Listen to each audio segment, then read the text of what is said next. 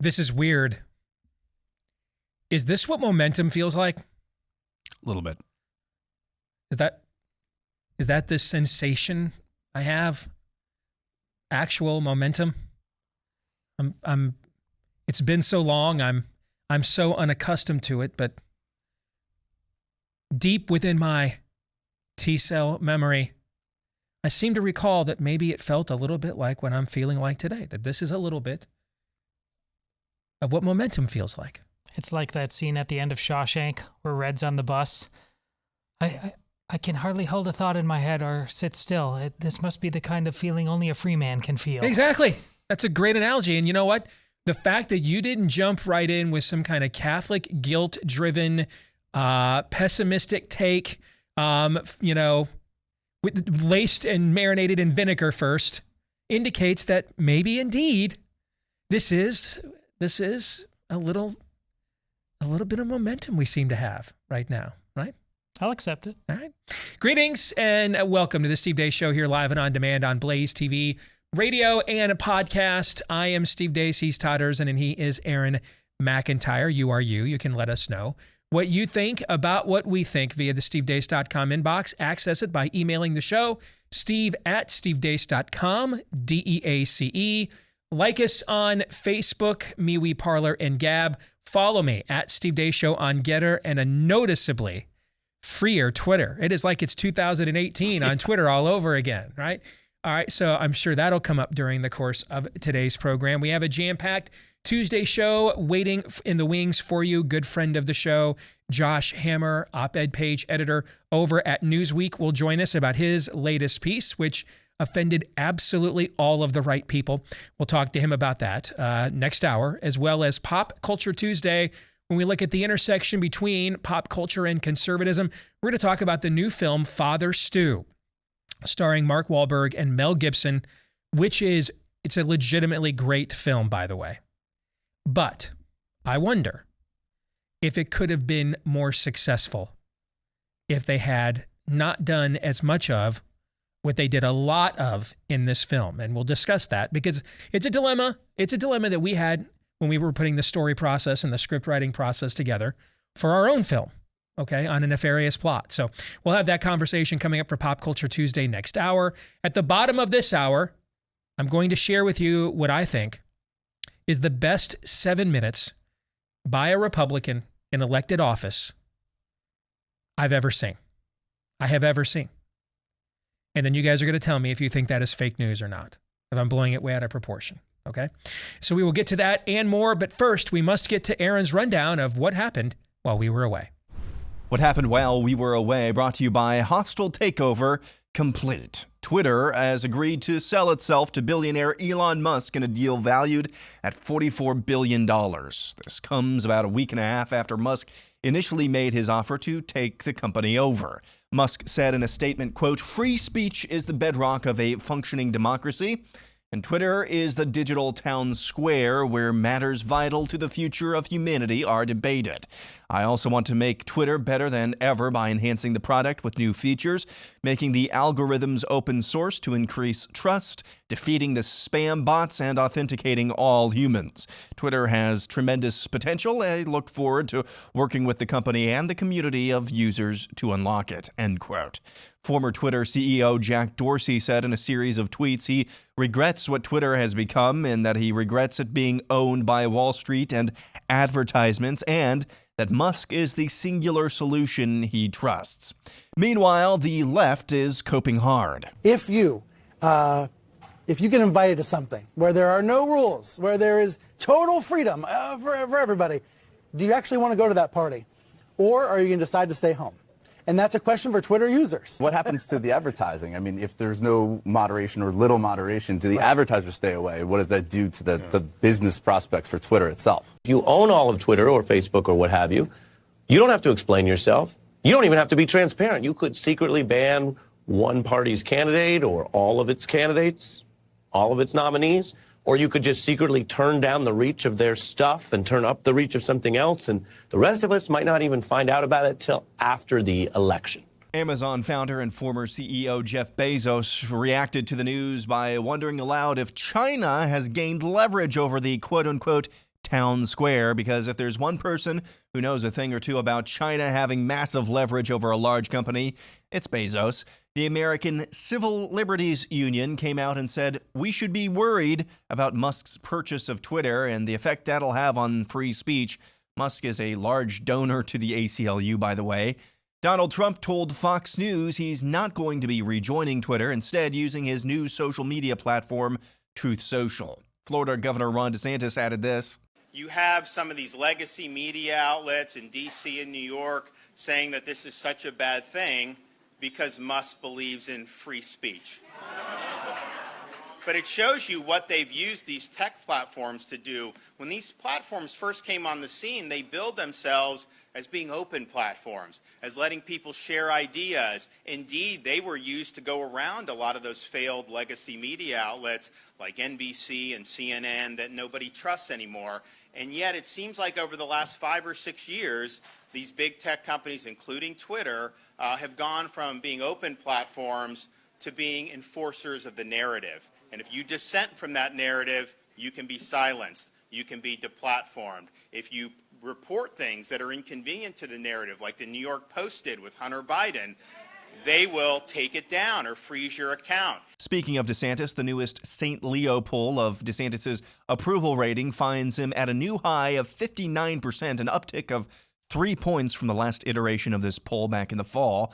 That same poll finds DeSantis beating Charlie Crist in the governor's race 49 to 32%, and beating Nikki Fried in the governor's race 51 to 27%. And finally, let's just stop and take stock of what's happened in the last week. Netflix's share price dropped precipitously last week on news of subscriber losses, with millions more expected. The following day, the streaming platform released a drama about a dude who gets pregnant. Less than a month after its launch, CNN Plus is dead, a $300 million hole in the ground. Ron DeSantis and the Florida legislature spanked Disney for their pro-groomer stance. Disney has lost about $40 billion in its stock value, and Elon Musk just bought Twitter and is taking it private. Wow.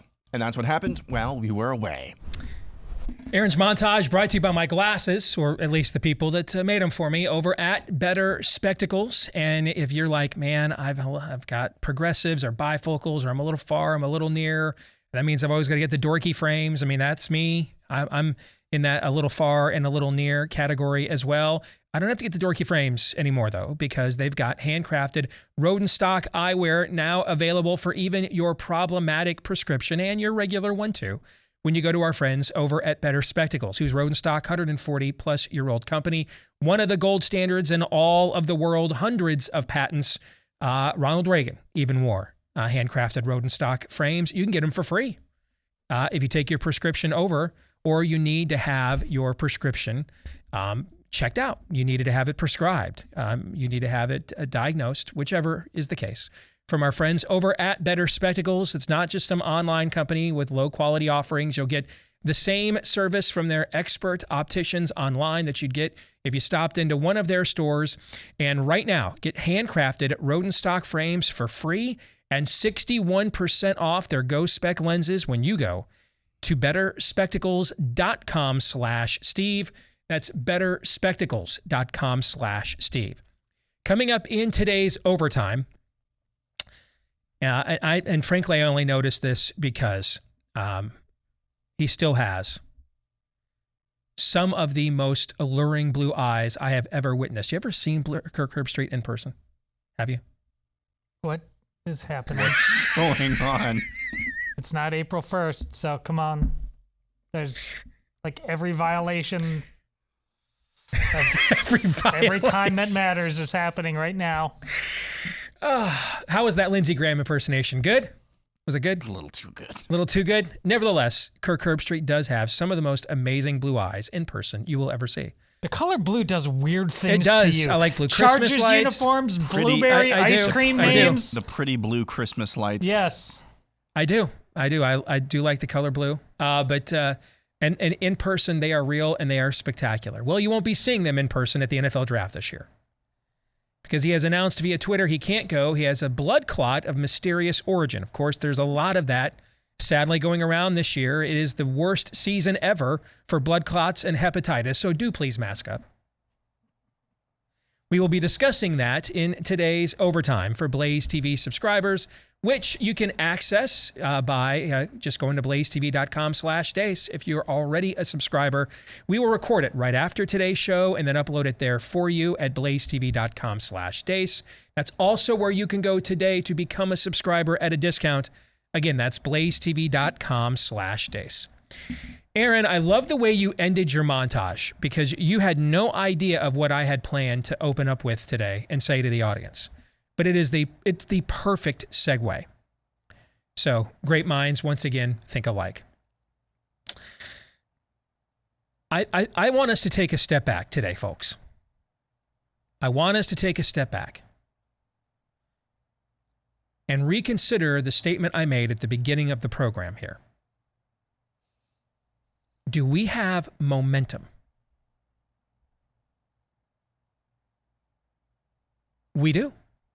I absolutely believe we have some momentum for the first time it's been a minute since I have felt we have had some momentum, that we have been on offense, that we have been pressing things.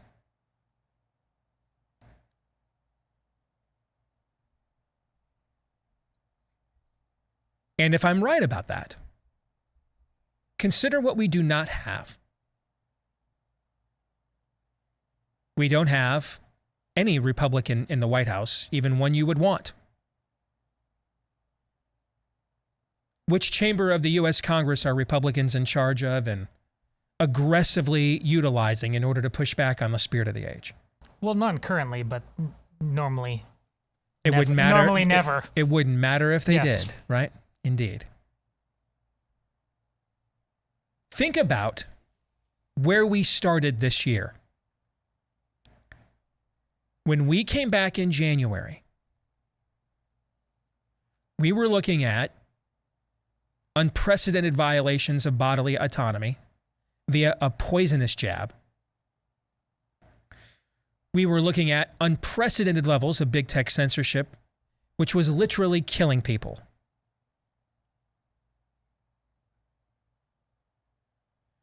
We were debating, would they take the Omicron off-ramp or would they not? Or would they just ride out the coercion and power and control forever, right? Yeah.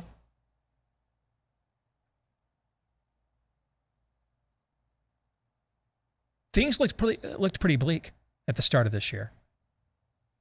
Now, let me say, this is a little bit, what I'm about to say is a little bit like bragging about balanced budgets at the end of the Bill Clinton administration.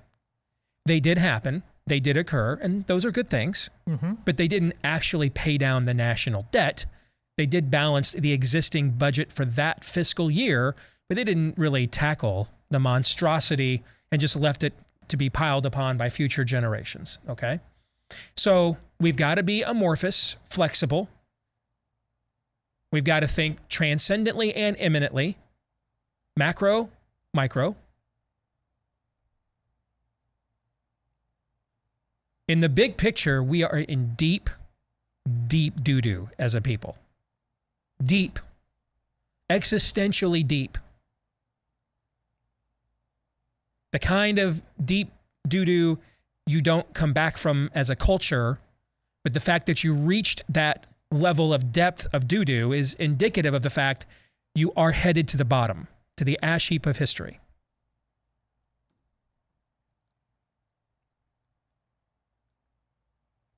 Now, if you're sensing, though, that a bud is coming, you're right. And it's been rare that I've been able to do this in a positive direction for quite a while. But what is the first step when you're digging yourself a hole? What is the first step? Stop. Stop. Put down the shovel. I think we've actually done more than that. We have taken our first couple of steps to crawling out. Now, it's a long way to the top if you want to rock and roll, Bon Scott, okay? And it's going to be a marathon, not a sprint.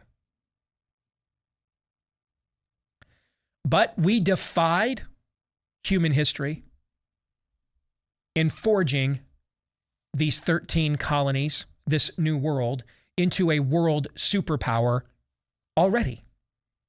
The founding, the ascendancy of this country already defied the arc of human history. That's why it was described in one of the best books I've ever read as a 5,000-year leap in human society. Who's to say we can't do it again? Because what you're seeing now, and the first steps are the hardest. Someone sent me a tweet last night that is so brilliant. I wish I knew their real name. I just know their Twitter name. But someone sent me a tweet last night. I think they might have copied you guys on this. That said, you know what? When you talk about on your show, we could have been doing this all along. I mean, Aaron just told you about the last 7 days.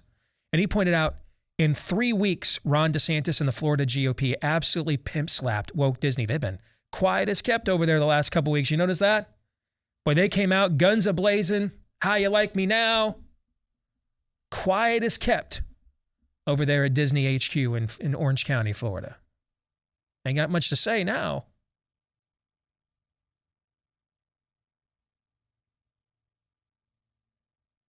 It was about 3, 4, 5, 6 weeks ago, the Babylon Bee, an Elon Musk favorite, got banned. That's going to end up being the costliest Twitter ban of all time, by the way. Shot heard round the world. It was, man. Absolutely it was. Yes. Couple of weeks later, Musk out of nowhere, off the top rope, I've had enough. 3 weeks later, he bought him out, and he owns it. And what was the Babylon Bee post that got them banned? It was about Richard Levine. Yeah, it was about Richard Levine, yeah. Who's not a woman and never will be. We can't do anything. Now, take it from, this is where I'm going to give you some personal advice. Because here's what happens. When I needed to lose the initial weight, and they tell me I got to lose 150 pounds.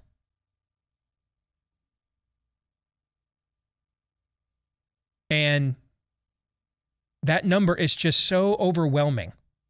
You can't even quantify it, which is why you don't want to step on a scale. It's funny, when you're morbidly obese, in your mind, you convince yourself you're not that big until you try to sit in a restaurant booth or buckle the seatbelt on an airplane, or you're sitting next to that person who's doing it.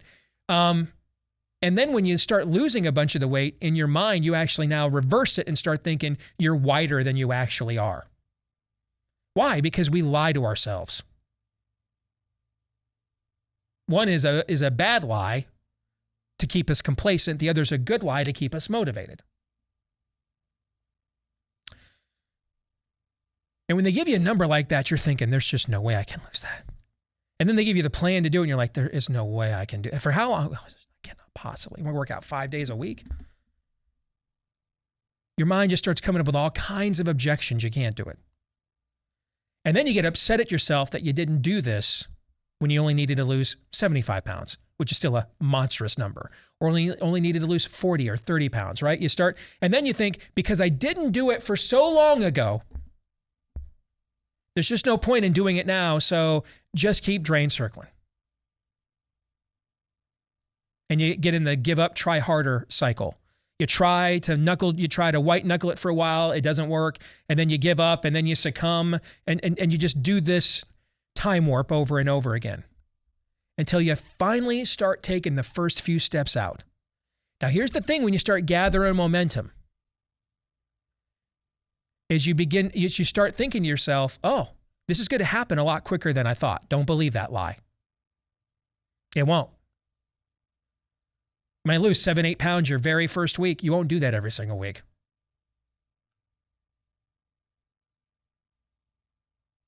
What you're establishing is a new way of life, a new discipline. I'm going to live differently. And I don't know if I can do it 6 months from now. I don't even know. I don't even want to contemplate that. Like we were talking earlier this week, Can we even contemplate what the world will, or was last week when people were tweeting out Trump 24 and DeSantis 28, let's save America. And we're like, can you even imagine what the country will even look like in 28? You know what I'm saying? Mm-hmm. You don't do that.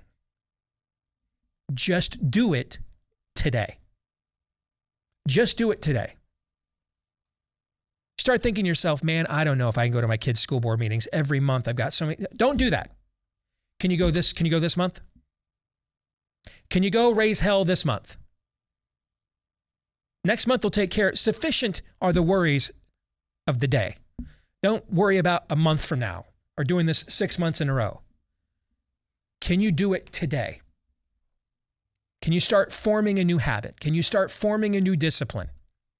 Can you change the way you're wired?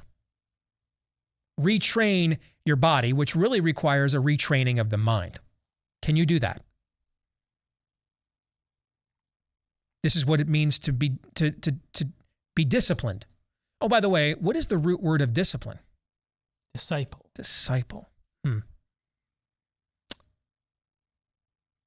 there a being that likes that word a lot?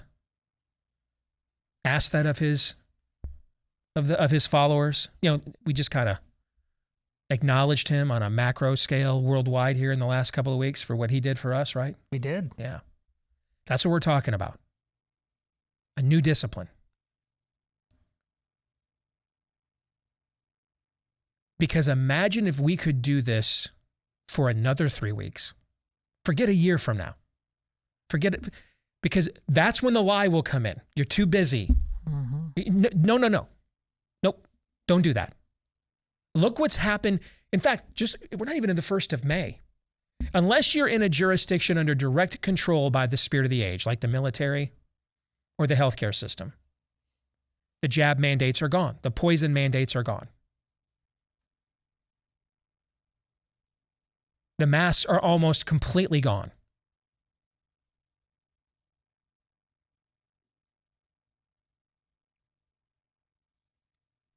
Twitter censorship is almost completely gone. Think of what we were successfully able to do with the truth and pushing back on it despite that censorship. Imagine what we will do without it not there, which is why they want it there. They know that. The enemy knows this. The enemy doesn't practice censorship because he believes he can win in the arena of ideas, because he knows he cannot.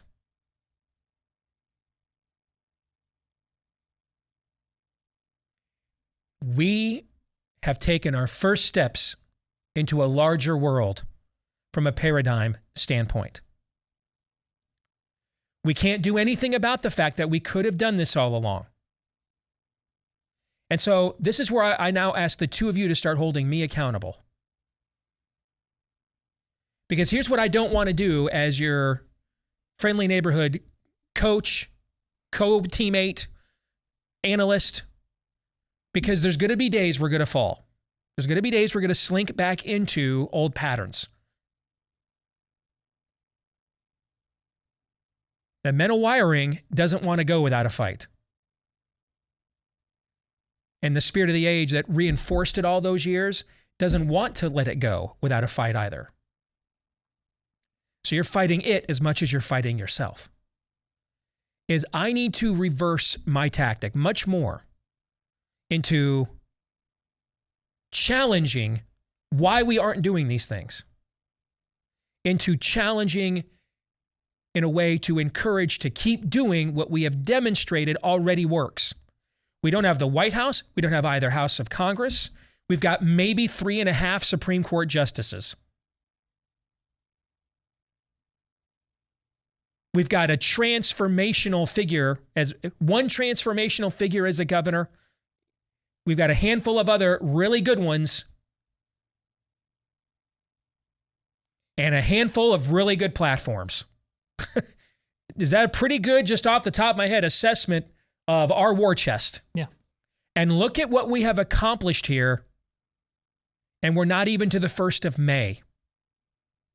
Why? Because we haven't done it perfectly. Hell, we haven't even done it consistently. But we've done it more than we've ever done before, which is, you know what? Let's find out. Amen. Let's find out. Let's find out if you've got the goods. We're going to call the hand. Maybe you do. Maybe you do. But let's find out. Don't. But you probably don't. So let's find out. Over 50 appearances on Headline News, MSNBC, and CNN taught me that they don't immediately go to "you're a bunch of racist, misogynistic, xenophobic bigots" because they have other good substantive arguments, but because they don't. They're not freaking out about free speech on Twitter because they think they can win an open debate, because they know they cannot.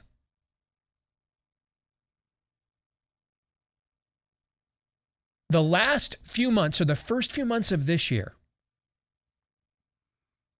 just a remnant of us and a remnant of people we elected, none of them in DC, by the way, have said, let's find out. And lo and behold, someone sent me an email the other day. I feel like the scene in Rocky IV where Rocky goes back to the corner and writes and says, he bleeds like any other man. That's been the case all along, which has been my great frustration. Why I yell at you guys all the time? All right? But I feel as if we have entered into a new phase now. Where now I'm not the drill sergeant. You are the lowest form of life on earth. Where now I need to become now the life coach. You can do 2 or 3 more reps. You can do it. You can do anything for another 30 seconds, for another 5 minutes. You can do that. We can do this. It's always been a question of will.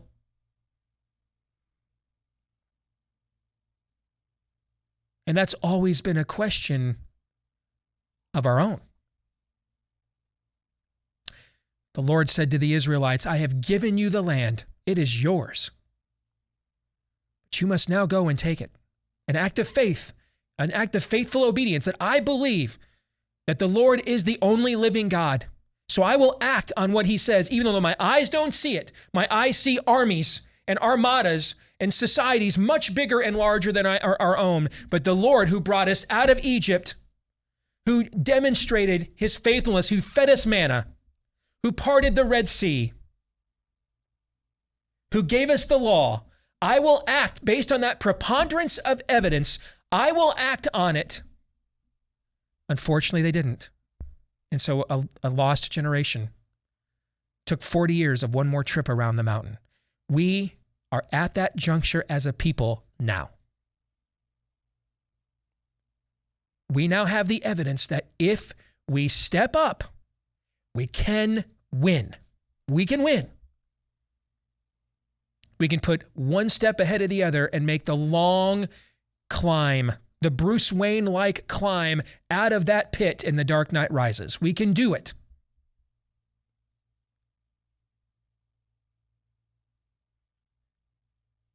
But we have to do it. We have to do it. We have to go into the land and behave as if it was given to us and act accordingly.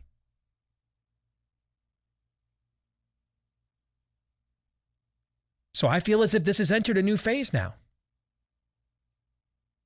We have proof of concept that we can play offense and that offense works. So now it becomes about discipline. Can we do this tomorrow? Let's find out.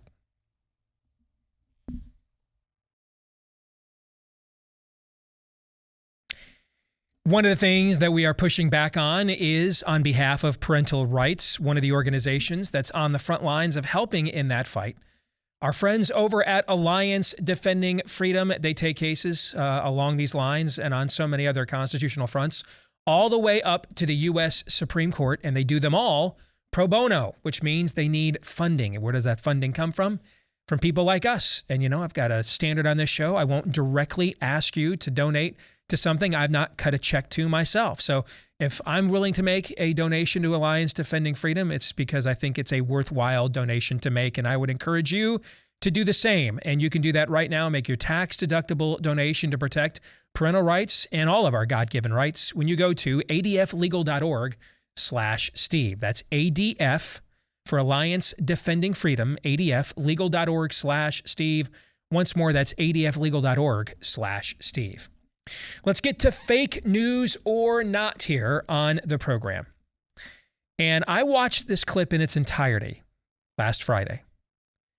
And I was blown away by the command of the issues, the command of the subject matter, the casualness of the conviction expressed. This is how you can tell if something is rote or rehearsed or if it is real. I'm just somebody just speaking right from the heart.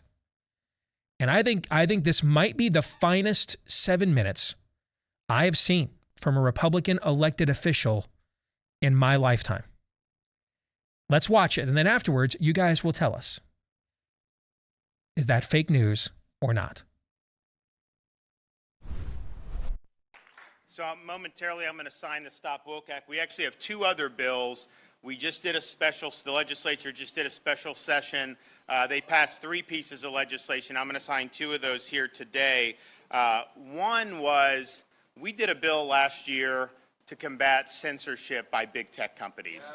And it did a couple things, but it provided Floridians the ability to sue big tech if you are deplatformed or censored based on viewpoint discrimination under a consumer fraud theory, because they say they're open platforms and they steal your data and make a fortune off that. We also provided protection for political candidates so they can't deplatform you during the campaign and give the other party an advantage, which they probably would do. So anyways, there's a lot of good stuff. But, look, this is something we knew big tech would litigate, and so they sued on it. It's now on appeal. They got a preliminary injunction from a district judge. It's on appeal. Next week is going to be the argument in the 11th Circuit. One of the provisions that got snuck into there at the end was a carve-out for anybody who operated a theme park, which is meant to protect Disney. And, I was in a situation as governor, do I veto the whole bill over that and get nothing, or do I sign it in spite of that? So I thought it was better to sign it in spite of that, knowing it was going to be litigated and know we could tweak it later. But the district judge actually pointed to that provision as one of the reasons why he wanted to do the preliminary injunction. So it was a mistake for it to be done. The legislature has rectified that mistake, and they have repealed the Disney exemption to our big tech bill. That's important.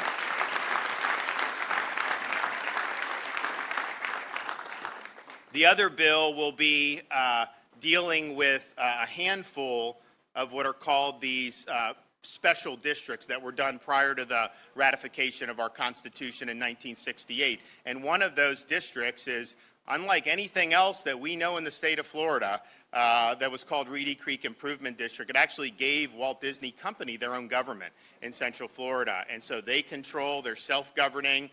They have the ability to build a nuclear power plant without state consent if they want. They don't have to go through permitting. They have all kind of different benefits. And it was really an aberration. No individual or no company in Florida is treated this way.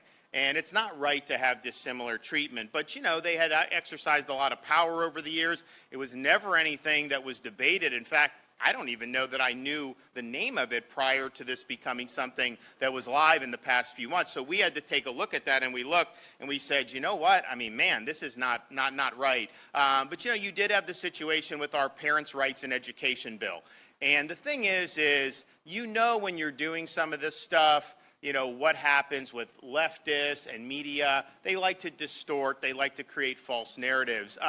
For whatever reason, Disney got on that bandwagon. They demagogued the bill. They lied about it, whatever, came out against it. You know what? My view is I was very clear about saying, you ain't influencing me. I'm standing strong right here, so it doesn't matter. But, I was very clear. But I was also saying, I think it's interesting that you're getting involved in Florida, protecting kindergartners from going to school without having transgender ideology in their curriculum, but you don't say anything about the Communist Party of China with all the atrocities they're committing, and you're making a fortune with them. You don't say things about other countries and their practices, but nevertheless, it's fine. And so we weren't going to let that deter us. No big deal. We signed the bill, and then, and incredibly, they say, we are going to work to repeal parents' rights in Florida. And I'm just thinking to myself, you're a corporation based in Burbank, California, and you're going to marshal your economic might to attack the parents of my state?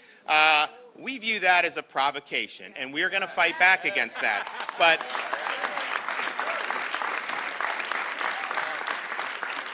honestly, even in spite of that, if none of that had happened, this is the right thing to do, just on the basis of those Zoom videos that you saw. He actually helped expose these Zoom videos.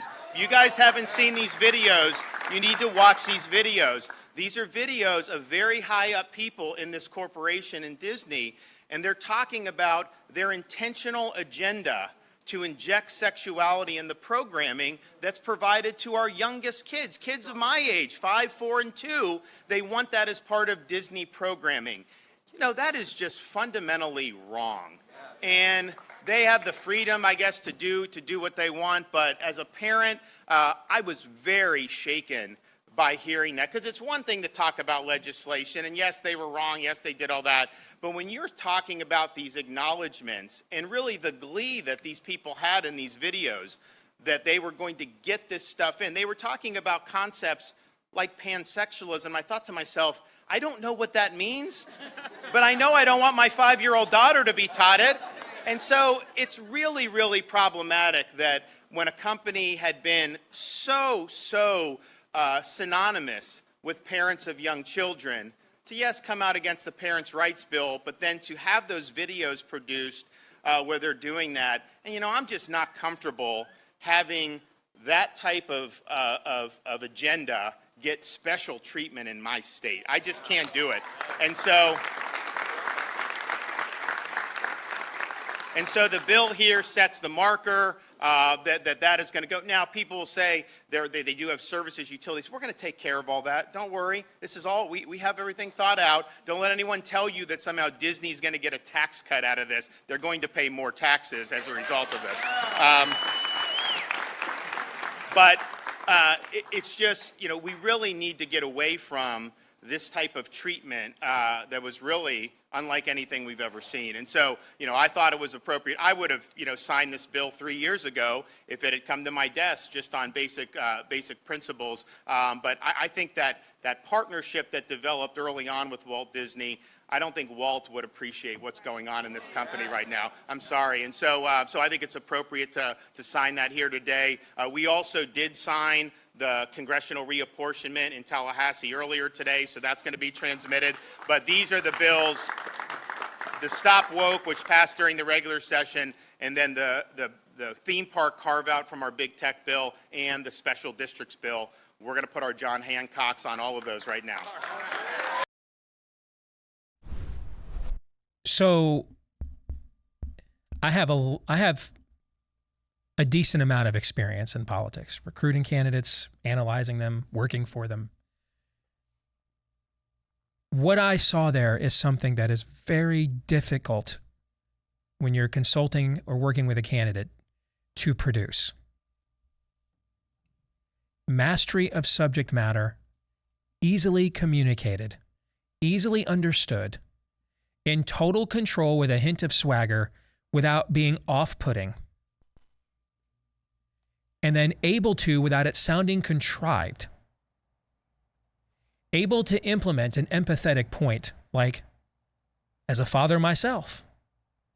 The word we're looking for here, we actually have one of our colleagues, she titled her podcast this word: relatable.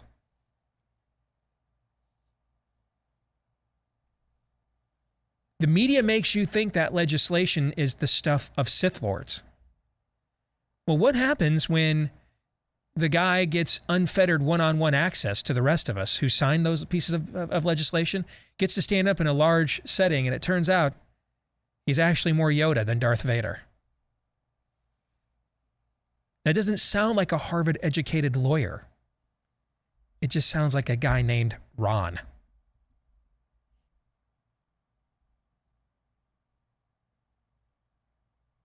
And given the potency of what those two pieces of legislation mean,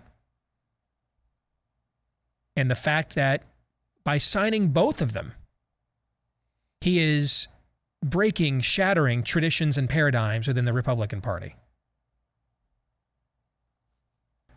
I thought it was the finest 7 minutes I have ever seen from a Republican elected official in my lifetime.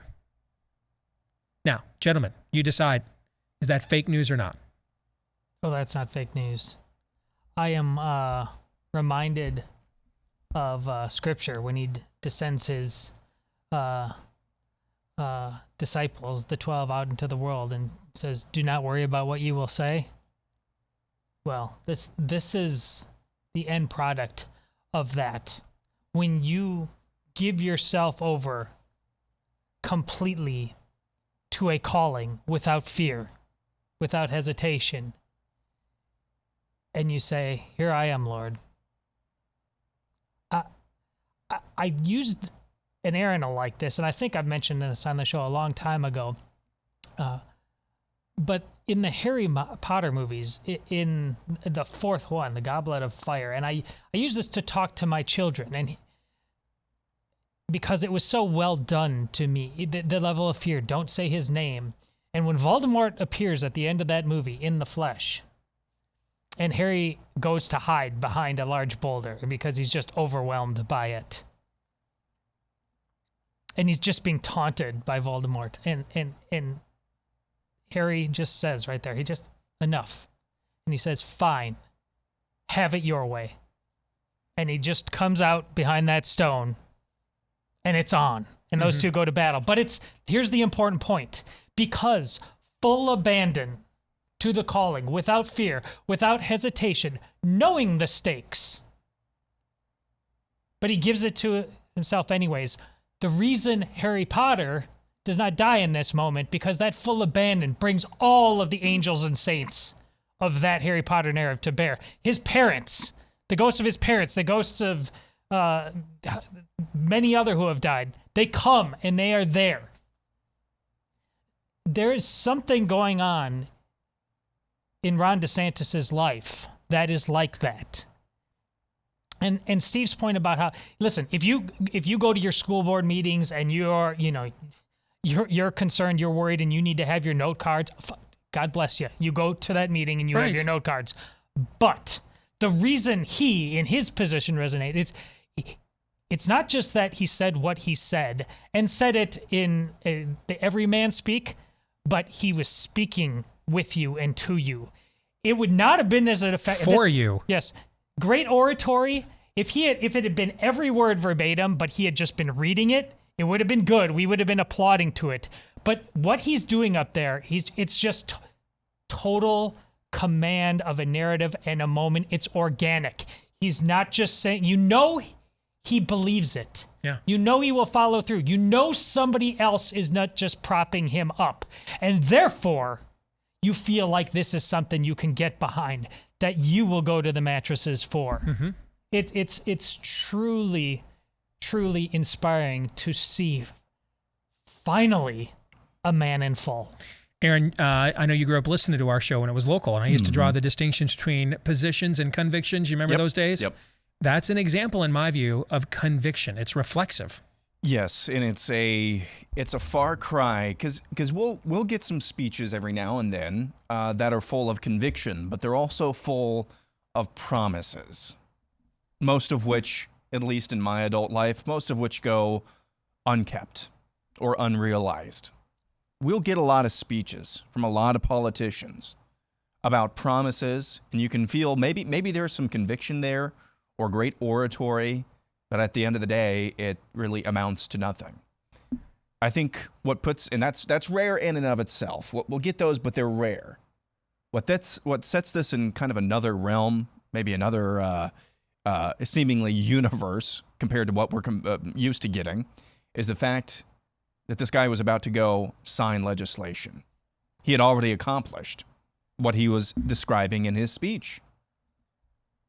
And for all the reasons that you and Todd just laid out, the relatability of DeSantis, that he really does know this and believe this and care about this, because he looks a lot more like you, maybe in his home life, than he does a lot of other politicians. That's what sets sets this apart is that it's not just words. It's not just words well said. It's not just words well said with promises that are then broken. It's words well said from the heart with accomplishments to go along with them. That's what makes this completely different in my mind. Yes. And if I can make it personal, I think unlike other people that were already so very well established, a lot of the other people that were so very well established when our show began to ascend, they had already raised families or didn't have kids, or they had already raised their children. They were at a different stage of life. And I'm just telling you, there's no way, along the lines of what you were just saying, there's no way of doing this every day, staring into the mouth of madness and trying to confront it for a living every day, going home to your own young children and then doing the math of what they would then inherit if you fail. There's just no way of that not giving you a different perspective about tactics and strategies and what's long-term and what's short-term and what's important now. And there's just no, Aaron, you were doing this for a living already for about 5 years. How has your perspective changed since you go home to a little boy every single day now? Oh, wildly It makes different. all this stuff much more personal, a lot less theoretical, doesn't it? Yep. And I do think, and I think that's part of what you hear there as well. This is personal. He's living through this. This is his home and his children at the exact same time as it's yours. We'll come back. Josh Hammer will join us to start Hour 2 in a moment. And greetings. Back with Hour 2, live and on demand here on Blaze TV radio and podcast. Steve Deace here with Aaron McIntyre, Todd Erzin, and all of you. Let us know what you think about what we think by emailing the show, steve@stevedeace.com, DEACE. Like us on Facebook, MeWe, Parler, and Gab. Follow me at Steve Deace Show on Getter, and a new, freer Twitter where I have now, it's been about exactly 24 hours since the Musk sale was formalized, his acquisition of Twitter. It's official. I'm over 3,000 new followers since this has gone down.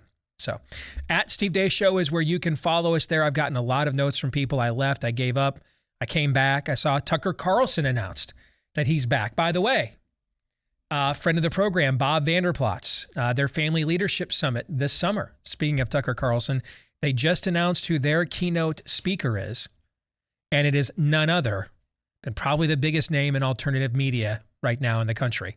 Tucker Carlson will be the keynote speaker at this year's Family Leadership Summit in July. So you're going to want to look at my Twitter feed at Steve Deace Show. I've retweeted that announcement with ticket information if you want to get in on that. There's also a rumor going around. I cannot confirm nor deny, but there is a rumor going around that may also be on July the 15th, the first official preview of a certain movie may take place at that event as well. And Tucker Carlson's there too. But again, I can neither confirm nor deny, but that is the rumors making the rounds. Have you guys heard this rumor, or is it just me? Have you guys heard this one too?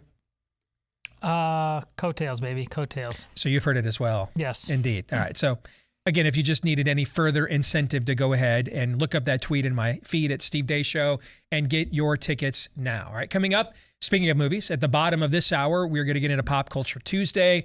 We're going to talk about Father Stu, which is a great film that I think could have reached a greater audience, but made a mistake. But maybe I'm wrong, and they didn't make a mistake. We'll get into that here at the bottom of the hour. Also need to get into talking about our good friends over at Built Bar. They have launched a new product line, and I don't know if you guys will be ashamed or proud. This is the first time they've launched something new that I immediately did not go and order my own stash, okay? And it's not because I don't like it. I love granola bars. They have launched a new product line of Built Bar granola bars, okay?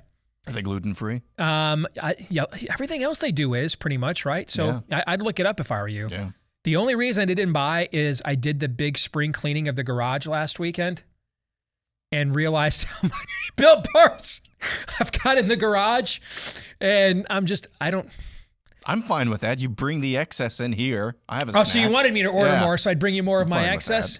Yes. I mean, let's just say the next biggest thing in the garage other than our cars is my stash of Built Bars. All right. And I think I got to pace myself Otherwise, I'm going to totally run out of room here. All right. But you don't have to, because you're not nearly as obsessed as I am yet. But you will be if you try my promo code for the best protein bar of all time, DEACE, and get 15% off when you go to built.com, covered in real chocolate, loaded with protein and flavor, not loaded with carbs, calories, and sugars.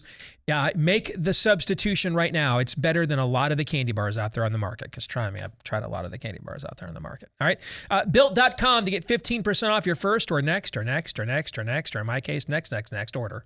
When you go to built.com, 15% off. Let's go to, well, we don't have like a guest line, do we? We don't have that. No. Let's go to our newsmaker line. We don't have anything like that, do we? No. Okay. Let's just go to Josh Hammer then. Hey, Josh. How are you, man? Doing all right, Steve. How are you, brother? Good to see you again. Josh, of course, good friend of the show, op-ed page editor over at Newsweek, world traveler extraordinaire, and is in the process of offending all of the right people. Good to see you, brother. So let's start there. A famous movie had a famous line. You had me at hello. You had me on your recent column for Newsweek at the title. And remind me again, because I want to make sure I get it right, exactly what the title for your piece was. It was Against Principled Loserdom. Against Principled Loserdom. Perfect. I can't think of really anything that's come up recently that would spur you to write such a provocative piece, but what was it? So first of all, I want to give credit where credit is due. I did not coin the phrase principled loserdom. And actually in the column, I give credit to my friend Matthew Peterson of the Claremont Institute and New Founding, who I kind of sourced that phrase back to this 2019 piece that he wrote kind of about Tucker Carlson. He kind of had that opening monologue heard around the world back in January 2019. That was kind of the original source. So I'm kind of just trying to reinvent the wheel here a little bit, so to speak. But so basically what happened was last week, so, just on kind of a personal detour, I guess you mentioned that I do tend to travel a lot. In fact, I'm actually running right to the airport after we taped this show. But last week I was in Yale. I was in New Haven, Connecticut to do two debates, one for the college kids, one for the law school kids. Over at the college, I debated Dan McLaughlin of National Review. Mm-hmm. Dan's a very nice guy. He is a very nice guy. I agree. He's baseball nice crank guy on Twitter, by the way. Dan's a very nice guy. Yeah, so we were debating kind of, a common good conservatism, which is more or less kind of a proxy for kind of the so-called new right, this more kind of edgier, more kind of muscular, vigorous, get in there, a little less liberal as far as kind of our approach to politics, our approach to political economy. And, time and time again in that debate, Dan kind of said, we have to be the grown-ups in the room. We kind of have to be the people that understand that, these are our friends, that these are our siblings, our fellow countrymen, and we can't take this kind of to DEFCON 1, right? The problem, Steve, as you and I have said on this podcast so many times, and I know that you and I are two of the true believers for this cause, we are not the people that took this thing to DEFCON 1. Right. Our side did not do this. I think we probably would have preferred that this thing stayed at DEFCON 3 or DEFCON 4 or something like that. So anyway, so that kind of that whole conversation was kind of trickling my mind. And then that was on Tuesday at Yale. The very next day, so this was last Wednesday, I guess 6 days ago, I saw that both Dan and his National Review, his colleague, Charlie Cook, former editor of National Review Online, both were criticizing Governor DeSantis, my governor here in the great state of Florida, for what he and Florida Republicans were set to do with respect to kind of Disney's special tax privilege in the Reedy Creek improvement area there in the Orlando, Florida area. And I that was just enough for me. So I kind of went off in that column. I've got a new podcast episode actually for Newsweek out today where my closing segment is on this. I kind of go off on a lot of the people that are criticizing. Steve, at this point, we are finally starting to win. Mm-hmm. We are finally starting to post some W's on the scorecard. What's happening here in Florida really should be a template for Republican governors, for Republican legislators across the country. Stick it to our enemies within the confines of the rule of law. The time for playing nice is over. Again, we did not take it there. They took it there. They were the people that said that Brett Kavanaugh was a gang serial rapist. They were the people that tried to destroy Donald Trump's presidency from before he was even sworn in and wouldn't give it up until 2 impeachments and a stolen election later. We didn't take it there. The time to fight is now. We're finally starting to put wins on the scoreboard. Just last Friday, ExxonMobil, a Fortune 500 company, if there ever were one, finally sent out this company-wide missive. It kind of was buried in the news coverage. It's a huge story, in my opinion, where they said that we at ExxonMobil are not going to fly the rainbow flag. We're not going to fly the gay flag or Black Lives Matter paraphernalia outside of our office. We have reached an inflection point when it comes to woke capital and kind of the metastasis of the woke culture in America, more broadly speaking. And at this present time, I just have no patience. I have no tolerance whatsoever for the folks who are kind of saying, you know, we have to be the grown-ups in the room, or the folks who are punching right, who are criticizing DeSantis and Florida Republicans. The time to fight is now. We're finally starting to win, Steve. We're finally starting to win. You know, there's a group of us, you and I would be in this group, that for many years have asked the conservative, quote unquote, conservative legal movement questions like, what could a federal judge conjure from the bowels of his depraved mind and slap a universal injunction on it? That what could it be that you would be okay with a Republican governor or Republican president saying, yeah, I'm not doing that, but thank you. We're not doing that. I mean, what could it, if it's not carving up little babies, if it's not opening the border, right? If it's not you subsidize illegal aliens, if it's not we take your private property away, your century farm away, for corporatist development. I mean, tell me what's left. You have to, everybody named Josh has to get gender reassignment surgery without an anesthesia. I mean, what could they possibly conjure that we would say no to, right? I mean, you and I have had these conversations with a lot of these same kinds of people on that front for many, many years. Along those same lines, what could the other side here do that it would be okay now to offensively fight back? I mean, be the adults in the room. They're in the room trying to attack our children. Do we have to wait for them to actually do the attack? They storm into your house. It's a home invasion. I'm going to rape your wife. I'm going to assault your children. Do we not respond to those threats? Okay, we wait until they actually do it? I don't know. I mean, by the Judeo-Christian standard I come from, that doesn't make you much of a good husband or father. Your job is to interpose yourself between them and their threats so they cannot act on them, which is what your governor does on a daily basis, basically, is interpose his office between the federal government and you, the citizens of the state of Florida. What does the other side have to do? Does the blood have to flow out of our front doors onto the sidewalk, Josh? Same question, different context to all the same people. What do they have to do that you would give the all clear and say, all right, you're right, we got to fight back against this? You know, Steve, I don't know. I mean, you're right. You and I have had a similar conversation like this many times on this show. I mean, our friend Dan Horowitz, I feel like I've gone on his podcast. We've said the same thing. The one example that I vaguely remember from a few years ago was, I have to think that if even if a Republican nominated district court judge were to kind of issue a mandamus ruling that were to purportedly mandate that like Mitch McConnell had to like dance around the Senate floor butt naked, right? I mean, you have to think at that point that like I actually might affirm that one, or at the very least not criticize it. But go ahead, yes. Yeah, but like something that is so like deeply personal and shaming of that magnitude, like maybe, right? But like, short of like literally taking our children away from us, and by the way, that is probably coming unless we fight back, because it's already happening. It's literally already happening, as Abigail Schreier writes in her Substack time and time again. In the California public school system, they are kind of telling, the children out there in kind of middle school that they're trying to encourage them to kind of experiment in kind of homosexuality and transgender identities. And, oh, by the way, hide it from your children because you come from an oppressive setting where you're a Christian or you're a religious Jew or something like that. Just hide this from your parents. It's literally happening in Canada, in Australia, and various other kind of Anglophone, English-speaking countries. They are sending CPS, Child Protective Services, to come in and take our kids if our kids do not kind of affirm the gender identity that their woke public school government-funded teachers are telling them to affirm. So that, I think, could potentially be kind of an inflection point for some of these kind of, go along, get along, kind of, live and let live style Republicans maybe. But, short of that, and I don't even know if that would honestly happen, but like that's like the one thing short of like literally telling Mitch McConnell to like dance around butt naked. But the broader point here is about kind of legal culture. Look, I am a constitutional lawyer by training. Okay, I have readily published constitutional law scholarship. I do law school talks all the time. I was at Yale Law School last year. I'm going to my alma mater, University of Chicago, later this week. I do this stuff all the time. I know what I'm talking about in this area. So for people to choose now, I'm not going to name names, I said, for some people to choose now to take a purportedly principled stand by invoking highly debatable First Amendment precedent in an area where it's a First Amendment violation, in this case for Florida to retaliate against Disney for expressing its opinion by taking away an extra legal privilege. As a matter of prudence, this is just not the time to invoke that.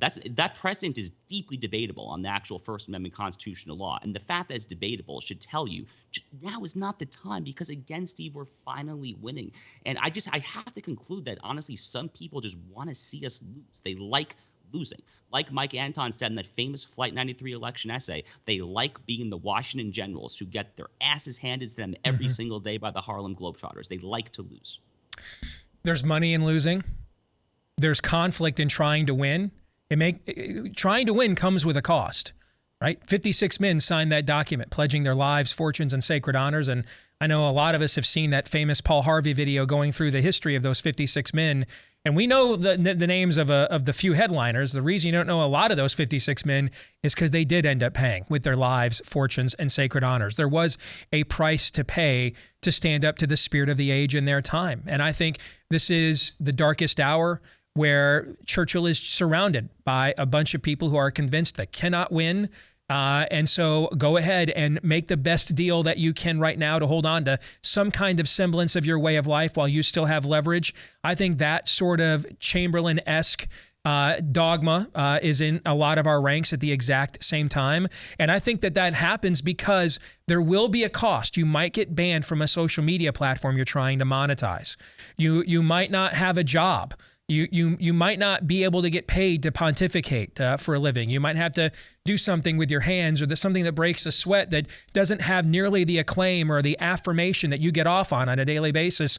A lot of this is, frankly, I just think people just don't want, if they're not total whores for the spirit of the age. A lot of it is, and it's a tale as old as time, Josh. We just don't want to pay the price of what happens when the enemy hits back. And I'm not in a hurry to pay it myself, okay? But I would prefer to step to the enemy before it has me completely and totally surrounded, so I'm just not reenacting the Alamo. Yeah, I appreciate the memorial. We're all dead, okay? I would like to, I maybe think we should try standing up to the bully before the odds are 10 million to 1. How about just 1 million to 1? Let's give those odds a shot. Yeah, no, I think it's really well said, right? So, look, our mutual friend, I think Eric Erickson, takes somewhat of a middle ground approach on this, and I don't always agree with Eric. I think he's a little less sympathetic to some of this more muscular kind of fighting conservatism that I think you and I are talking about here. But one thing that I think Eric said, and I actually try to read him every day, one thing that he said in his recent Substack post I actually found pretty persuasive, was he did kind of try to paint a mid to longer term view of American politics. And the reality of American politics, as anyone who kind of follows this thing at even a cursory level could tell you, is that one party is never in power for that long, right? I mean, it constantly is a pendulum that goes back and forth. Now, it's true there are fewer swing voters on election to election basis, but there are massive changes in kind of the partisan composition of various states. Like here in Florida, when Governor DeSantis took over in 2018, early 2019, Democrats had a massive, I think 200,000 to 300,000 number of voter registration advantage. Republicans are now actually leading here. So whether it's at a voting level or kind of registration level, there is a shifting pendulum. That's kind of a continuing feature of American politics. So for that particular reason, that does militate at least in favor, perhaps a little bit, of not acting like a gratuitous dick.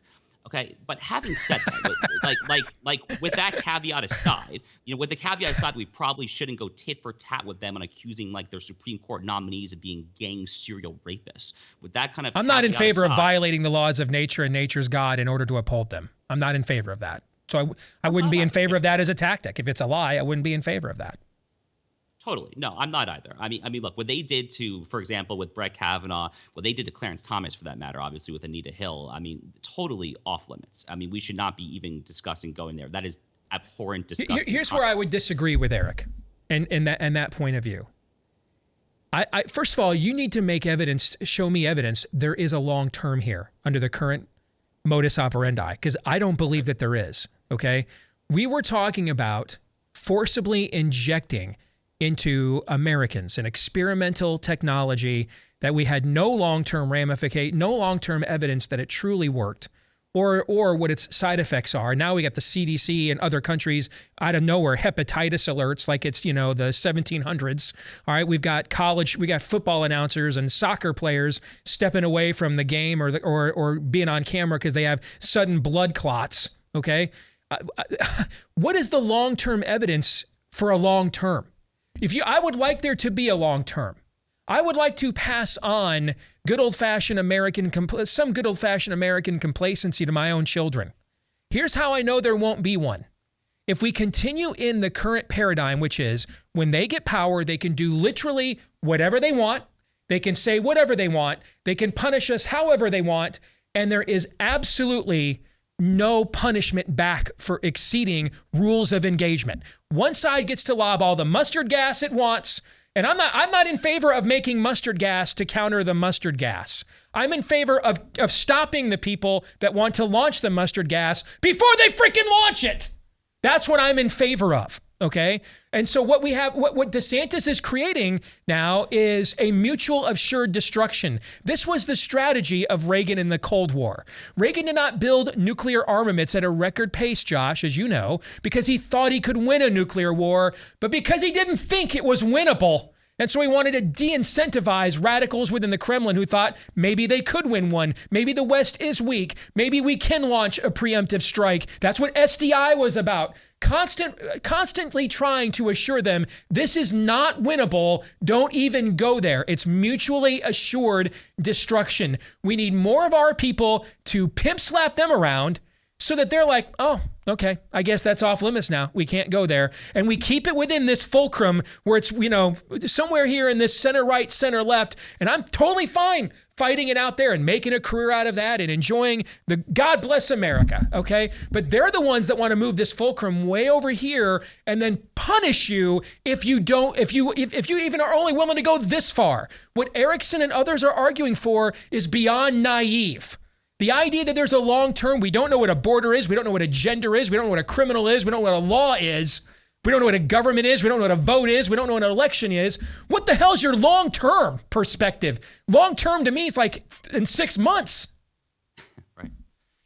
No, wow. I mean, tough to beat that, obviously. Look, I obviously agree. I agree with you. I do. I mean, the point that I was making was that we just shouldn't necessarily go full kind of like, let's savage their children. I mean, kind of like the Brett Kavanaugh example, right? But as far as stopping them before they get to that point, kind of the mustard gas example you gave, that's actually a really good example, by the way, because that kind of gets into kind of jailbreaking criminal justice reform and kind of militates in favor of kind of just locking more people up in general, which is something that I think kind of a more kind of fighting vigorous conservatism should be adamant about. The time for kind of a more libertarian leaning kind of let's reduce sentences, let's free low level drug offenders. That ship has so far sailed. But more fundamentally, to your broader point there, you and I are on the same page of this. Look, I mentioned my friend Matt Peterson of Claremont Institute. I was actually at Claremont's alumni retreat this past weekend, which was down here in Tampa, Florida. I just drove across the state to go to it. I'm an alum of their Marshall Fellowship program, which is the one for kind of, federal law clerks. And, kind of a theme that you started to hear initially within Claremont circles, it's kind of pervade the discourse more broadly is, do you know what time it is? Mm-hmm. Do you on the right, do you know what time it is? Mm-hmm. If you are still kind of spouting kind of live and let live, let's be the grown-ups in the room, let's just kind of slash regulations, slash tax cuts, and we'll all be happy and jolly, then you have no clue what week it is, what month it is, what year it is, arguably what century it is. Because this ship is sinking. Mm-hmm. This ship is sinking. The principled loserdom crowd, the Washington Generals crowd that Mike Anton wrote about in the Flood and Anthony election essay, what I wrote about in my column against principled loserdom last week, these people are analogous to that dog that is sipping coffee in the "This is fine" meme, with like the fire like around you. Right. They're just looking around. People are savaging Supreme Court nominees as serial gang rapists. People are totally perched from Twitter, Facebook, the online town square for having the most lukewarm, anodyne of opinions that oh, by the way, there are two genders. There's male and female. How radical, People are getting purged for that stuff. If you think that now is the time for just kind of limp-wristed, kind of effete tax slashing, regulatory slashing agenda, then you need to wake the hell up. And you need to get out of politics if you are currently in it. Because at this current rate, I totally agree with you, Steve. Right now, the action is at the state level. I pray that there is not like a conflict, a civil war in my lifetime. I think that there is a decent chance that there is some sort of unraveling conflict, something. Maybe not above 50%, but there is a decent chance of it. The time to focus now is at the state level. That's why I'm happy here in a red state. You guys are in a red state in Iowa. It's time to kind of focus on making our stance here and preserving the American way of life the best that we can. Our cultural values now are best upheld at the state level. We still need to fight for the Leviathan in D.C., and when we have the powers there, we need to use it. But the action's at the state level. Amen to every word. And the great irony of this is, for the pragmatic crowd, there has been over a 300,000 voter registration swing in the state of Florida in just 3 years. The ultimate and arguably most expensive swing state in the union. The last 40 years, the average margin of victory in a Florida presidential election has been 2.5 points. DeSantis won by fewer than 40,000 votes over a guy who literally got caught doing cocaine off a gay hooker's ass. All right? And yet, he has had an over 300,000 vote swing of I mean, that's how you know if they're consultants or they're Quizlinks, because you would want to emulate that success. You'd want to pull a Greg Abbott and let me just copy that guy. You'd want to be doing what he's doing, right? Because it's working for him. The fact that would be, it's one thing if his approval rating was like 50.2 and you'd be worried he's going to blow an election and what's going to be a clear red wave year, right? He's the friggin' pace car. He's the guy in the pole position. He's Dale friggin' Earnhardt, man. Winning the Daytona 500 like every news cycle. That's the guy you ought to be following. So if you're not, then all the reasons you wouldn't be, as far as I can tell, Josh, are bad. Good to see you, my friend, as always. All right, be safe. You too, brother. Thanks for having me. You bet. Let's get some reaction to the conversation that Josh Hammer and I just had. What say you guys? Well, there's a Sabbath was made for man, not man for the Sabbath quality to the entire discussion. The why that these actors behave the way they do. I called it on a tweet earlier this week, this genteel self-pleasuring that they engage in, just kind of holding firm, have these nice discussions, be the adults in the room. There's a problem of not, and we see it in Jonah and David French and other. It's clear, and Steve, it's a version of what you've said for a long time about hating the base. It is that and also they just don't like people in general, which is simply heretical to anybody who can call themselves a conservative. You can have different styles. You can be an extrovert. You can be an introvert. But like ultimately, this is for people, God's people. What are how do you sum up the amendments? Love God with all your heart, mind, soul, and strength, and love your neighbor as yourself. This is not just a white paper. And that's what it's abundantly clear. A lot of these so-called conservatives, they just like doing. They like sitting there and doing the how many angels can dance on the head of a pin thing. This is ultimately about people. Yes. God's people. Yes. And many people are being exposed for not liking that part of it. The fact that our Lord was born in a dirty manger amongst the animals, and no one could make sense of that, even his own people. This is why this is a spirit of an age issue. Who are we? How were we created? What is our purpose? What is our destiny? Amen. Yeah, that was incredibly well said. Don't know how I'm supposed to follow that up.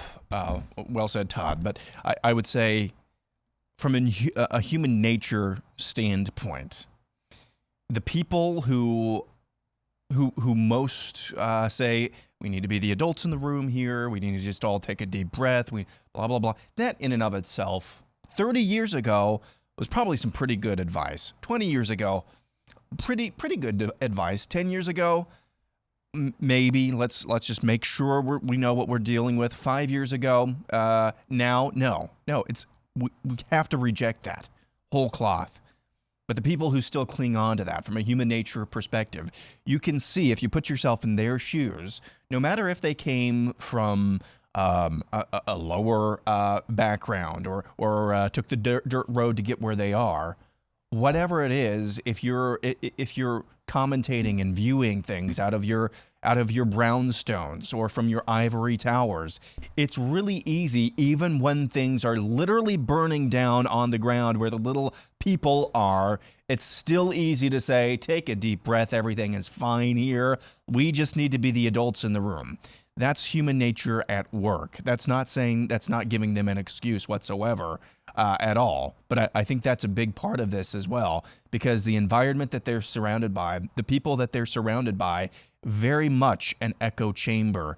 And that's, I think, how you get a lot of these takes. It's the comforts, their own brand of comfort that Todd talks about, that continues to enable them to say things like that and to encourage us not to actually hit back at the enemy when they can do literally everything they want to us.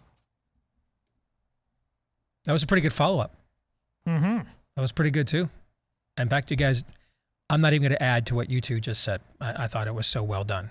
So when we come back, Pop Culture Tuesday, we'll talk about the new movie Father Stu with Mark Wahlberg and Mel Gibson, which is great, by the way, but I think made a tactical error in not reaching a greater audience. Maybe I'm wrong, though. We'll discuss when we come back.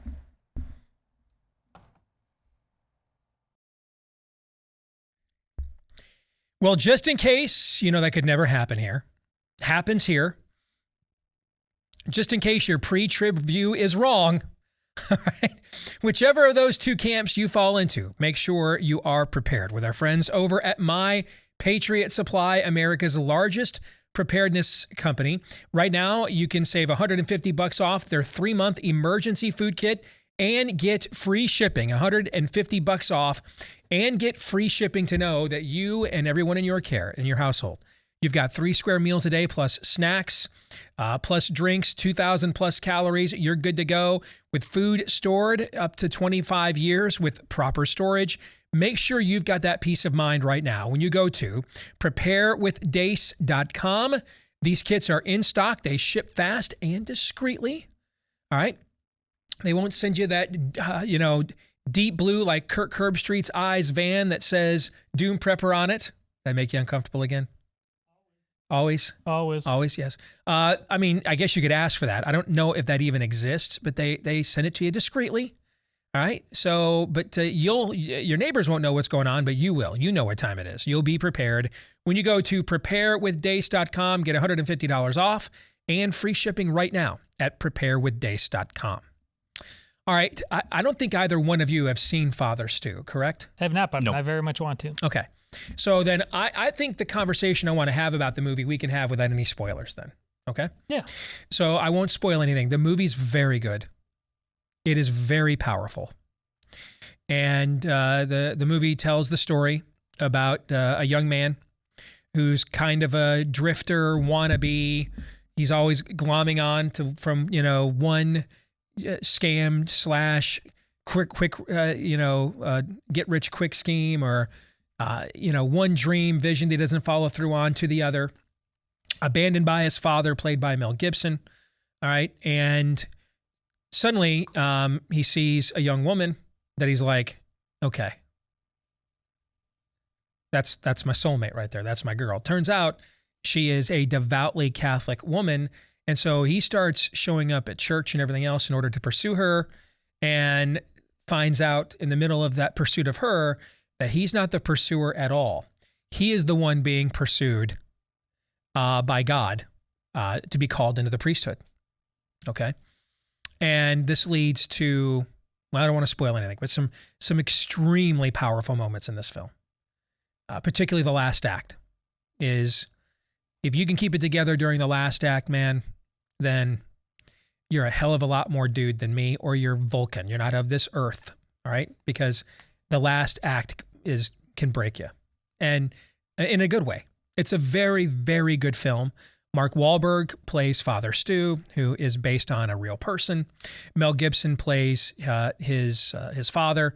So we're talking about Mark Wahlberg right now is one of the biggest movie stars in the world. Mel Gibson, for a period of time, was the biggest movie star in the world as one of the most decorated actors of his era. They made this movie for $4 million, which makes you wonder if Wahlberg and Gibson did it for basically nothing as a labor of love. Okay.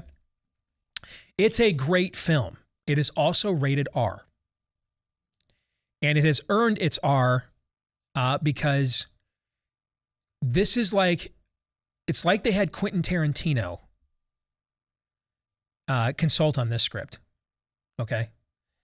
I mean, there's plenty of interactions in this movie that it could have been, if I would have told you this was Reservoir Dogs and it's Mr. Green talking to Mr. White, you'd have been like, okay, it's not. It's Father Stu. And is there a point of diminishing returns? I understand that, and I grew up in an environment like this.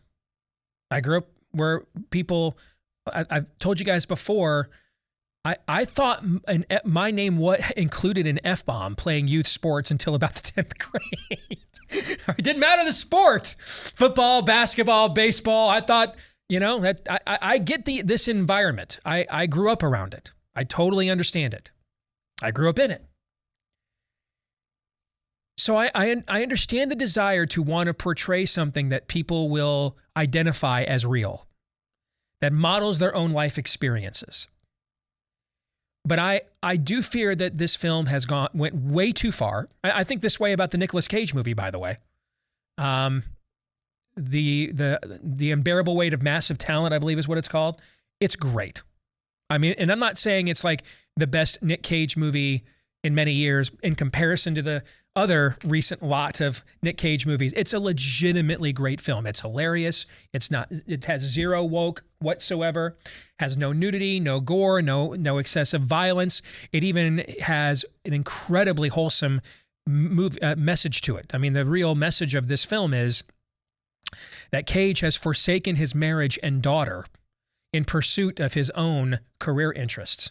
And now, as a man well into his 50s and a daughter that just turned sweet 16, he is confronting his own demons. I mean, it's a very good movie. I would highly recommend it. But why is that movie rated R? Because there's at least 50 unnecessary F-bombs in that film. At least 50. Now, we wrestled with this as we were storyboarding and the team at Believe was putting together the script for Nefarious, right? I mean, this is a movie that takes place on death row. They don't say a lot of please and thank you on death row, right? There's not a lot of, why, yes, I was actually ascertaining the dilemma of the current situation, and I came to this really nonsensical. They don't talk like that on death row, right? Neither the guards do, neither the warden does, certainly the criminals on death row do not. Right. And so we wrestled with how real should this be? Because it certainly is a faith-based film, even though it is in the horror genre. All right. And so we even wrestled with, do we throw in a couple of, do we have Nefarious, drop a couple of F-bombs just to make it seem more realistic? But then if you do that, you may lose a good portion of your church audience and you may get an R rating. You know what I'm saying? So we just so you guys know, we made the decision in our film not to do that, and thought that it would maybe take on the challenge of creating a compelling story that is dark and gritty without those elements. And Aaron, having read the script, do you think we accomplished that? Absolutely. Absolutely. I will tell you, though, that is the harder road. Okay? It also took nearly a damn year to write that script. That's not as easy to do. Because especially when you're in a film that's heavily dialogue-driven and character-driven, as Nefarious is, as Father Stu is, there aren't massive set pieces with, sweeping 15-minute space battles to occupy your time. I mean, these are the kinds of films that are almost in completely dialogue and character-driven. I think you're raising a good point here that it is, I imagine, a struggle. I will say, though, having read the script, with Nefarious in particular, not having that typical death row, I don't want to say banter, but lexicon, I think that actually adds to the unsettling nature, which is what you want in this film. You want it to be unsettling. So I think in this one, it it actually helped you quite a little bit because everything it's real. It's real. You feel like it's real, but it's not over the top or over dialogued. Correct. I found it a tad distracting at times. And maybe they could have alleviated it. I mean, the film spends about half of its time in Father Stu's pagan life and the other half in his priestly life. And maybe they could have, changed the ratio of that in editing a little bit. So maybe 1/3 of the film. But on the other hand, if you do that, you lose the power and the potency of his conversion at the exact same time. It doesn't resonate maybe as much either, right?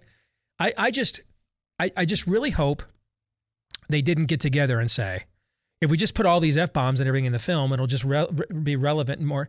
I hope that's not what they did because it didn't work looking at the box office. And I think it is a film far more worthy of an audience than the audience, of a size audience than the audience that it actually received. Todd, do you have any thoughts on this? Well, I guarantee you the box office, people don't know that. It has nothing to do with the cursing. It has to do with it's called Father Stu. That's a good point too. That's it. You that's if you really want to talk about it, you should have named it like Battlestar Galactica, and then because really, that's the problem.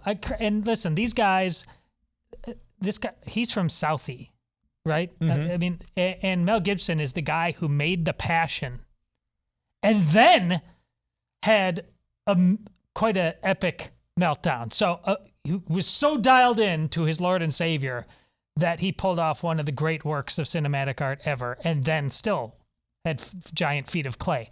These guys know how broken they are on some level, and I think they are speaking to a particular audience that is very raw, and if you don't give them real, you can't hope to rescue them. And so my guess, I haven't seen it. I really look forward to it, but I don't expect that I would be distracted by it because I think that knowing who these guys are, they think, listen, I'm not really broadcasting as much as you think I am. I think they're telling you I am going for the heart of a soul that I once was and I still am, and they need to hear it in a certain way, and that's what I'm going to do. Okay, I want to come back at that here in just a second so we can make a really good point. First, let me remind you that in these unprecedented times, you need to make sure you go into the real estate market with an agent that you can trust because they have a track record of trustworthiness. Now, where would I find such a person? Well, the bad news is when you go on the real estate brokers of your community's websites or the community you want to move to, they don't rank their agents for you in order of accomplishment or trustworthiness. That's why you need a referral service, and that's why we gave you one. It's called realestateagentsitrust.com. That's a company started by Glenn Beck and his associates because, well, they ran into real estate agents they found out too late they couldn't trust. They didn't want that to happen to you, so now it doesn't have to. Just about anywhere you want to move to or from, we can hook you up with somebody with a fully vetted, verified track record of success. They'll come in, take charge of your situation. But remember that ultimately you are the one that's in charge when you go to realestateagentsitrust.com. So along those lines, the other night, Amy and I watched Redeeming Love, which is based on one of her favorite books by Francine Rivers. And it's a loose retelling of the book of Hosea. Okay. And it's set in the Old West, and a guy whose last name is Hosea falls in love. He's convinced that God has told him, you have to marry the most beautiful woman in town. It just so happens she is the most popular prostitute at the brothel. Okay. And so his attempt to woo her, to get her out of that environment, then her desire to continue to return. Okay. And him having to go back and get her. It's very well done. I would highly recommend this too. Okay. Now this film doesn't have any of the swearing. Okay. But it has a lot of sex. Now it's not gratuitous, but we are talking about a movie about a woman who was literally selling her body and doesn't shy away from any of that. Same with Father Stu, that's not a movie that if we were still doing the family movie nights like when the kids were younger and they actually wanted to spend time with us, all right? Father Stu would not be an Easter weekend family movie night selection. Neither would be Redeeming Love. Now, it is not rated R. There is nudity in the film, but it is done very discreetly. You see breast without nipple, but it's pretty obvious what is occurring and what is going on because it does, again, want to deal realistically with the subject matter. But it clearly made the intent of not pushing boundaries into gratuity and didn't lose the potency of its message at all. They still made a gritty film that is certainly not meant for children, okay? Which is fine, because frankly, there's a lot of things in the Bible we need to learn that aren't meant to be read to little children, right? But they saw fit not to cross any of those boundaries. Father Stu on the language side just threw boundaries and caution to the wind. Thoughts? But that, like you said, that's how people talk. How is it a boundary crossed if that's how? I mean, I guarantee you, Mark Wahlberg grew up talking that way. Mark Wahlberg might still talk. That's where I don't get it's a boundary. It might be a boundary to a broader audience. That's my point. A boundary to a broader audience. What if they don't care? What if they know, I know the heart of the audience I need to reach? Okay. And it's a guy like Father Stu. Should we care? When you're making that content, do you still have a responsibility to care? I don't know. I'm asking. But I'm not saying they don't care. I'm saying they care enough to make sure that the certain audience that needs to hear this, and it's not children or, families that, grew up well taken care of and don't have this issue. Maybe they care a lot, and this is their way of making sure that those people know that they care, because they're not condescending to you. They're not trying to pull the very cheesy movie on you. They're trying to say, hey, man, this is the bleeping real deal. Aaron, we got about 2 minutes here. You've been kind of quiet. What do you think? I tend to agree with Todd. I think this is, what is it? Paul in Corinthians to the Jew, I became a Jew, like a Jew. Yep. I think it's that. To the Gentile, I became like a Gentile. Yeah, became exactly. all things to all people, so I may save some of them. Exactly. Yeah. So I think, I don't know their motivations. If it was Mark Wahlberg on his own, I'm not sure I would agree with Todd, but it's both Wahlberg and Gibson. I feel like Gibson's story and Broken Road, in some aspects of his life, lend a little bit more credence to the point that Todd is making, that this is intended for a very specific audience and they're not going to pull any punches to maybe smooth things over with a broader audience. I mean, to make my point, if you take it all the way to its logical conclusion, no matter how reformed he is, Mark Wahlberg once played Dirk Diggler. Should he not be making this movie at all because people know that about him? Sure. That's not the issue. The issue, because I think you raise a good point there. The issue is, the number one reason faith-based filmmaking has failed is because we were too sensitive about glorifying sin so that we didn't depict the world around us realistically with characters who are relevant. Right. Okay?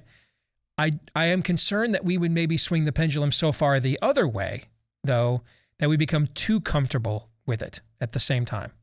Is that a legitimate Oh, that's fair? more than legitimate. And I guess that maybe is what I should have said probably 15 minutes ago. Especially with, especially with movie making, unlike a book, you're just putting your imagination down. These are real people making this. They're really nude. They're really cursing. They're and like you said, look how close you got to the devil writing your book. Just imagine, like Heath Ledger, it may have killed him. So yes, you are absolutely right. That's there's a balance in there somewhere, I guess is what I was trying to get at. Yes. And again, I should have tried to get to it at 15 minutes ago. Well, that's going to do it for today's show. Not every segment can be good. We'll be back at it again tomorrow, noon to 2 Eastern after Glenn Beck here on Blaze TV. Until then, John 3:17.